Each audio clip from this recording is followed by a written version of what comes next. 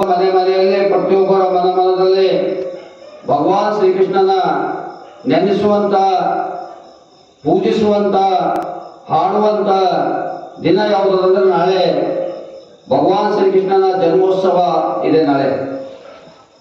ಹಾಗಾಗಿ ನಾವು ಜನ್ಮಾಚರಣೆಯನ್ನ ಹೇಗೆ ಮಾಡ್ಬೇಕಂದ್ರೆ ಸ್ವಂತ ಮಕ್ಕಳನ್ನ ಹೇಗೆ ಬರ್ಡೇಯನ್ನು ಆಚರಣೆ ಮಾಡ್ತೇವೆ ಹಾಗೆ ಪ್ರತಿಯೊಬ್ಬರು ತಮ್ಮ ಮನೆಯಲ್ಲಿರುವಂತಹ ಮಕ್ಕಳು ಯಾರ ಮನೆಯಲ್ಲಿ ಚಿಕ್ಕ ಚಿಕ್ಕ ಮಕ್ಕಳು ಇರ್ತಾರೋ ಆ ಮಕ್ಕಳ ರೂಪದಲ್ಲಿ ಭಗವಾನ್ ಶ್ರೀಕೃಷ್ಣನ ಕಾಣಬೇಕಾಗಿದೆ.